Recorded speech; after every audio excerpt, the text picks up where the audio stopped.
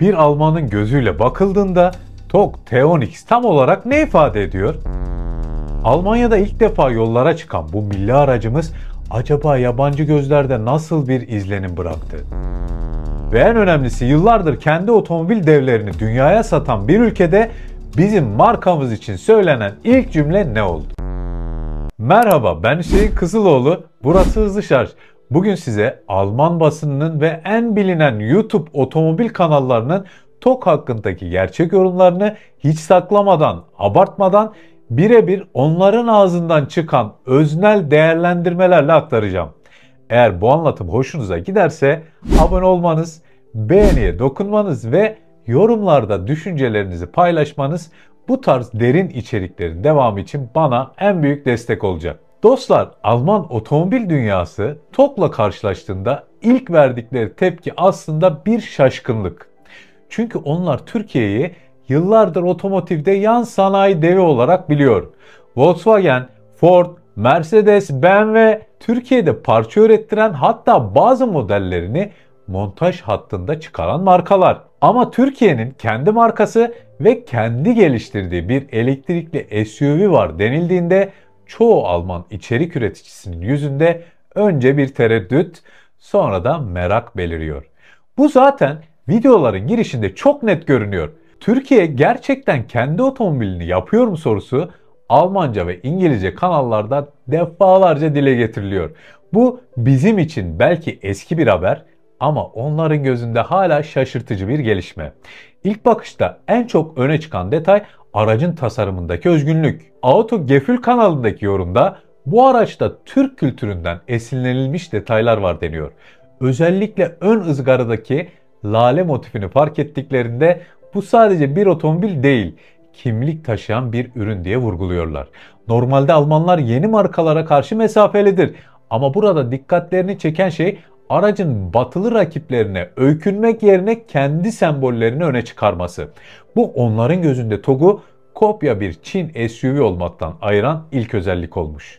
Aracın dış tasarımına dair bir başka yorum, beklediğimizden daha olgun. Bu cümle aslında Almanların T10X'e bakışını özetliyor. Çünkü sıfırdan doğan markalar genelde ilk araçlarında acemilik izleri taşır. Ama Alman testçiler kapıların kapanış hissinden gövde hatlarının oturuşuna kadar birçok detayı yerleşik markaların seviyesinde bulduklarını söylüyorlar. Hatta Autogefühl sunucusu kapı fitillerinin ve gövde sızdırmazlığının Tesla Model Y'den daha iyi hissettirdiğini açıkça dile getiriyor. Bu Alman otomotiv basını açısından çok önemli bir yorum. Çünkü Tesla onlar için elektrikli otomobillerin öncüsü ama aynı zamanda işçilik ve malzeme kalitesi konusunda yıllardır en çok eleştirdikleri marka. Dolayısıyla TOG'un Tesla'dan daha iyi hissettirdiği yorumu aslında bizim aracımız için büyük bir övgü. Tabii ki her şey güllük gülistanlık değil. Almanların öznel yorumlarında ilk eleştiri aracın dijital dünyaya uyumu konusunda geliyor. Özellikle Autogefühl Apple CarPlay olmayışını net bir şekilde eksi olarak işaretliyor.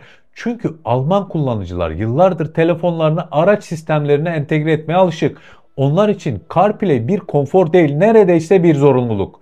Dolayısıyla TOG'un kendi yazılım ekosistemiyle bu açığı kapatmaya çalışması ilk bakışta onlara biraz yabancı geliyor.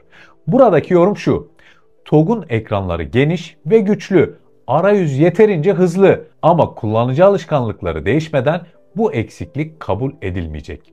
Yani Almanların gözünde bu bir handikap. Bunun yanında yine Autogefühl aracın dijital ergonomisinde bazı noktaların alışılmışın dışında olduğuna değiniyor. Örneğin yan ayna ayarlarının farklı bir menüden yapılması ya da klima kontrollerinin ekran içinde olması onların gözünde öğrenme süreci gerektiren detaylar. Bu ilk günkü kullanıcı deneyimini zorlaştırıyor olabilir. Ama Alman testçilerin yorumu şu: buna alışmak için birkaç gün gerekiyor. Ama alıştıktan sonra işlevsellikte sorun yok. Yani net bir olumsuzluk değil ama dikkat çekici bir uyarı. İç mekana dair ise çok net bir övgü var. Beklediğimizden daha kaliteli. Burada altını çizdikleri şey üst bölgelerde kullanılan yumuşak malzemeler ve genel bütünlük. Almanlar detaycıdır. Kapı kollarının, düğmelerin, koltuk sünger yoğunluğunun hissettirdiği kaliteye çok önem verirler. TOG için yaptıkları yorum şu: bu seviyedeki bir yeni markadan bu kadar sağlam bir iç mekan beklemiyorduk. Buradaki kıyas da çok açık. Tesla Model Y'nin malzeme kalitesi Almanlar için ortalamanın altındadır. TOG ise en azından bu konuda Tesla'nın önüne geçmiş görünüyor. Almanların TOG hakkındaki en çarpıcı yorumları aracı yola çıkarttıklarında ortaya çıkıyor. Çünkü orada artık kağıt üstündeki rakamları değil, hissettikleri ön plana geçiyor. Ve bu yorumlar bizler için belki de teknik verilerden çok daha kıymetli. Otto Notizsen kanalının testinde ilk dikkat çeken şey süspansiyon konforu. Alman sunucu açıkça şunu söylüyor: beklediğimden daha yumuşak. Bu çok kritik bir yorum. Çünkü Almanya'da yolların kalitesi yüksektir ama onların beklentisi genellikle daha sert ve sportif ayarlardır. TOG'un süspansiyonu ise onları şaşırtacak kadar konforlu bulunuyor. Özellikle bozuk zeminlerde aracın darbeleri iyi sönümlemesi, kabinin sakinliğini arttırması onların gözünde artı puan. Bir başka önemli nokta kabin sessizliği. Alman testçiler genellikle elektrikli araçlarda rüzgar ve yol sesi izolasyonuna çok dikkat ederler. Çünkü motor sesi olmadığı için en ufak bir rüzgar uğultusu bile hemen fark edilir. İşte burada TOG büyük bir sürpriz yapıyor. Otto Notizsen rüzgar sesleri beklediğimden az diyerek aracın yalıtım kalitesini övüyor. Autogefühl ise 120 km hızlarda bile kabinin beklenenden sessiz olduğunu söylüyor. Hatta özellikle altını çiziyor. Çift cam olmamasına rağmen bu sessizlik seviyesi şaşırtıcı. Bu yorum aslında TOG'un mühendisliğinin ne kadar ince çalışıldığını gösteriyor. Çünkü Almanlar için sessizlik otomobilin olgunluk göstergesidir. Direksiyon hissi konusunda da benzer bir tablo var. Almanlar TOG'un direksiyonunu hassas ve gecikmesiz buluyor. Özellikle Autogefühl direksiyonun hızlı tepki vermesini olumlu bir özellik olarak anlatıyor.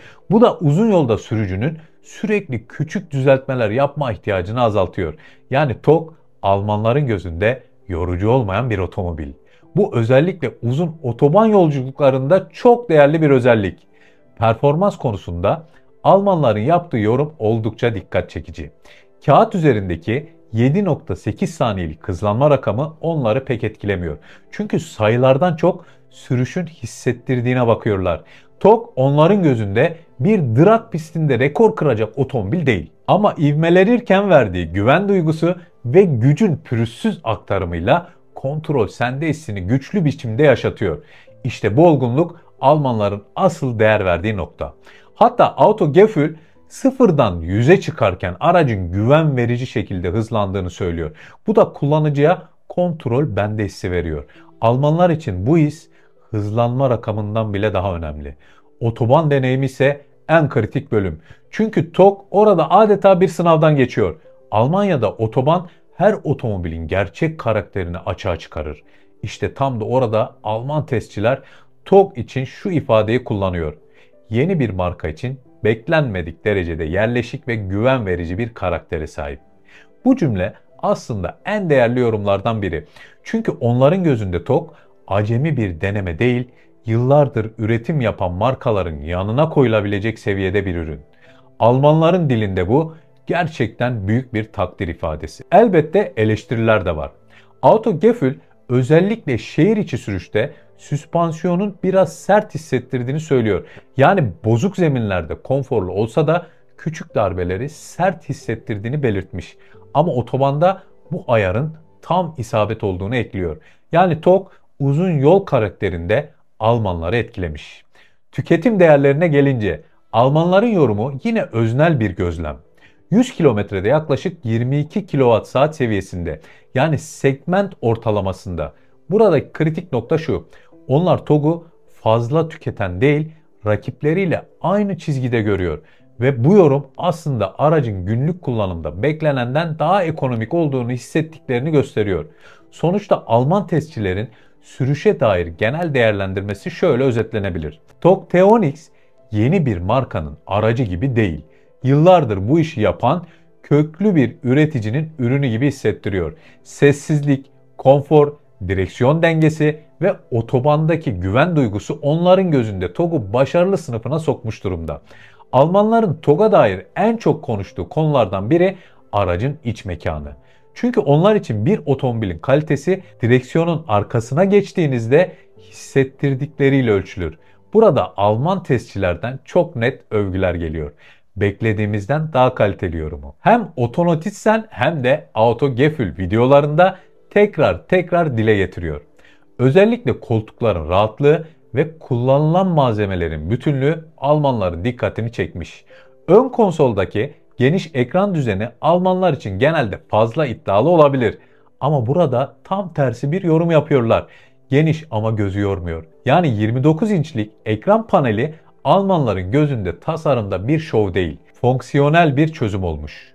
Yine de eleştiriler yok değil. Autogefühl özellikle klima ve bazı kontrollerin tamamen ekran içine gömülmesini eleştirmiş. Onların yorumuna göre bu durum sürüş sırasında dikkati dağıtabiliyor. Aynaları ayarlamak için bile ekrana bakmak gerekebiliyor diyorlar.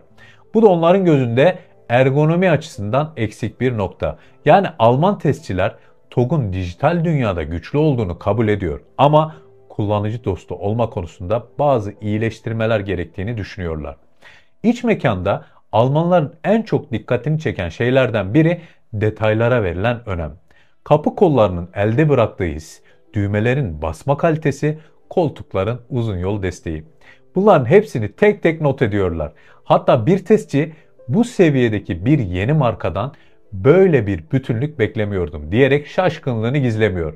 Yani mesele sadece malzemenin yumuşaklığı değil, parçaların bir araya gelişindeki sağlamlık ve uyum. Almanların gözünde bu markayı ciddiye almalarını sağlayan asıl unsur. Arka koltuk konforu da Almanların dikkatini çekmiş. 1.89 boyundaki testçinin arkada 3 yetişkin oturabilir yorumu aslında aracın genişliği ve ferahlığı hakkında çok şey söylüyor. Yani Alman testçiler T10X'in iç mekanını sadece ön tarafta değil, arka koltuklarda da başarılı buluyor.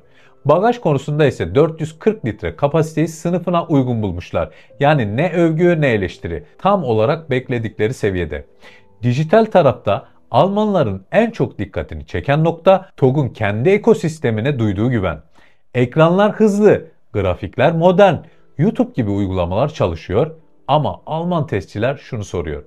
Kendi sistemine bu kadar güvenen bir marka neden aynı zamanda Apple CarPlay entegrasyonunu da sunmuyor? Onların bakışına göre mesele sadece pratiklik değil, kullanıcıya seçim özgürlüğü tanımak. Yani Almanların gözünde TOG'un dijital dünyası güçlü ama esneklik sunmaması soru işareti yaratıyor. Peki Almanların genel bakışı ne? İşte en kritik nokta burada. İki kanalında ortak yorumu şu. TOG yeni bir marka olmasına rağmen şaşırtıcı derecede tamamlanmış bir ürün ortaya koymuş. Almanların gözünde bu otomobil acemi bir ilk deneme değil. Yıllardır üretim yapan köklü markaların yanına rahatlıkla konabilecek seviyede. Bu çok büyük bir övgü. Çünkü genelde yeni markaların araçlarında çocukluk hastalıkları dediğimiz küçük eksikler, uyumsuzluklar olur. Ama Alman testçilerin hissettiği şey TOG'un bu basamakları çoktan geçtiği ve hazır bir oyuncu olarak sahneye çıktığı. Almanların TOG'u kıyasladığı rakipler de önemli. En çok Tesla Model Y ve Volkswagen ID.4 ile yan yana değerlendiriyorlar. Burada öne çıkan yorum TOG Tesla'dan daha iyi işçilik sunuyor ama dijital entegrasyon eksik. Yani onların gözünde TOG Tesla'ya karşı kalite kozunu oynayabiliyor ama yazılım tarafında hala gelişime açık. Volkswagen ID.4 ile kıyaslandığında ise Almanların dikkatini çeken nokta şu olmuş. TOG'un sürüş karakteri daha oturmuş ve dengeli hissettiriyor. Özellikle otobanda araç ID.4'e göre daha güven verici bir duruş sergilemiş. Sonuç olarak Alman testçilerin gözünde TOG yeni bir marka olmasına rağmen sessizliği, konfor seviyesi ve kalite hissiyle beklenenden çok daha güçlü bir çıkış yapıyor. Eksikleri de önceden de söylediğim gibi Apple CarPlay entegrasyonunun olmaması, bazı ergonomi detayları, şehir içindeki hafif sert süspansiyon ayarı. Ama genel tablo net. Almanların gözünde TOG artık ilk adımını atan acemi değil. Masaya oturduğunda ciddiye alınması gereken bir otomobil markası. Ve işte bizim için en değerli yorum da bu. TOG yeni bir marka gibi değil, yıllardır bu işi yapan bir üretici gibi hissettiriyor. Bu cümle aslında Almanların TOG hakkındaki genel bakışını özetliyor. Hızlı Şarj ailesi, ben Hüseyin Kızıloğlu. Eğer bu anlatım hoşunuza gittiyse abone olmanız, beğeniye dokunmanız ve yorumlarda düşüncelerinizi paylaşmanız, hype puanı vermeniz bu tarz detaylı içeriklerin devamı için bana en büyük destek olacak. Siz de yorumlara yazın. Almanların yorumlarını siz nasıl değerlendiriyorsunuz? TOG'un bu övgüleri ve eleştirileri sizce haklı mı? Belki de kendi deneyimlerinizi paylaşırsanız işte o zaman ortaya bambaşka bir tablo çıkar. Bir sonraki videoda görüşmek üzere. Hoşça kalın, güvenli ve keyifli sürüşle kalın, teknolojiyle kalın arkadaşlar.